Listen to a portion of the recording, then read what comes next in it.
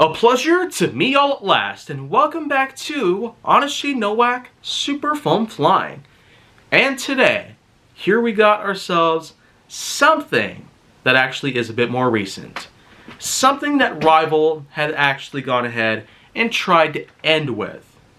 Yeah, that's right. Hasbro supposedly made us believe that this would pretty much be the end for the Rival line itself. But of course, 1 year after all that in 2022, all of that would be changed with a whole new lineage of Rival blasters, which I simply call Rival Upgrade. So, this is the Rival Curve Shot Sideswipe. So, yeah. Yet another case where there's a problem with the trademarking. So, it's a Rival blaster, name it after a god or goddess. At this point, I don't even know what else to say about this one. So, I call this the Salacia. Yeah. And there's tons of different options out there for Greek, Roman, Chinese mythology related figures of all sorts, gods, goddesses, and whatnot. It doesn't necessarily matter all too much because if I have to be the one to do all that kind of work, then well, I don't see any reason why I have to go ahead and talk about this kind of stuff. So, Rival Upgrade, however, is a whole different story. So, I, at this point, don't even know what else to say about this. Back to the Salacia, though. This is basically an inline clip blaster with a bolt on the side, very much like what we've gotten from other bolt blasters like the Long Shot, Long Strike, Novatron, and several others along the way.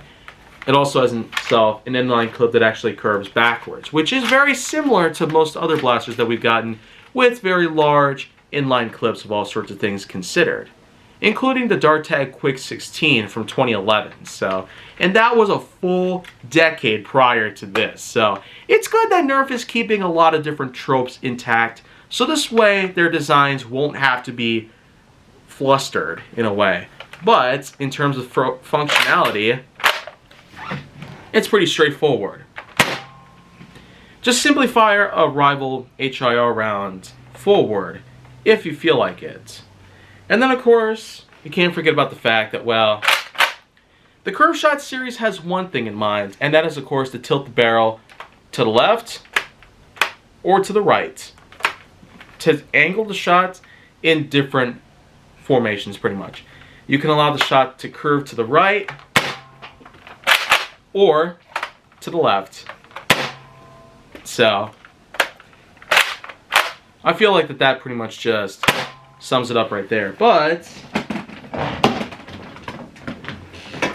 I'd say reloading this blaster, though, is probably one of the best reasons that you could have this blaster as a whole. So, here we got ourselves 3 HIR rounds. And how to reload this is simply like this. Until it can click backwards. There you go. And then simply put, wow. It doesn't really matter. At least I got a few of them in there. As many HIR rounds as you desire. Whatever's quickest or longest for you, it doesn't really matter all too much.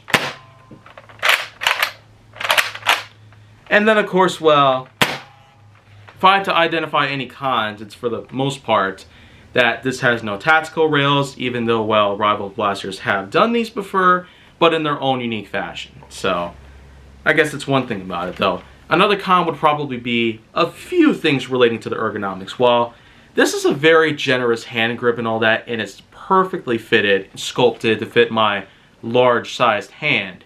And same thing goes with this front grip right up here, which curves up slightly, which will allow you to rest at any desirable position you need to. Mostly like this seems to be alright. The stock is probably one that I certainly do not desire. I really do not like having these kind of stocks on Nerf blasters because short and stubby is not necessarily the way for me by any means. So I guess that's probably one con right there I could also say. Another thing would be, well, that this does not have any slam fire. So it's only just pump and fire. Pump and fire. In that exact pattern pretty much until the clip itself runs out.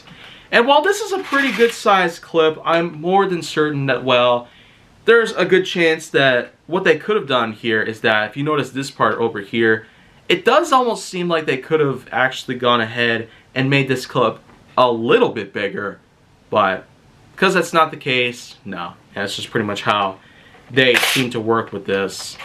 But by all means, it's still a pretty reasonable capacity, and I'm not really willing to complain about all of that.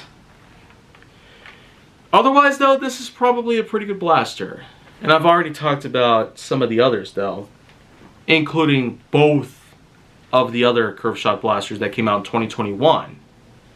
So do expect some more rival reviews to come around soon enough, and do also expect a lot more Nerf related things to show up on the channel at any moment. So do be sure to stick around for more content that happens.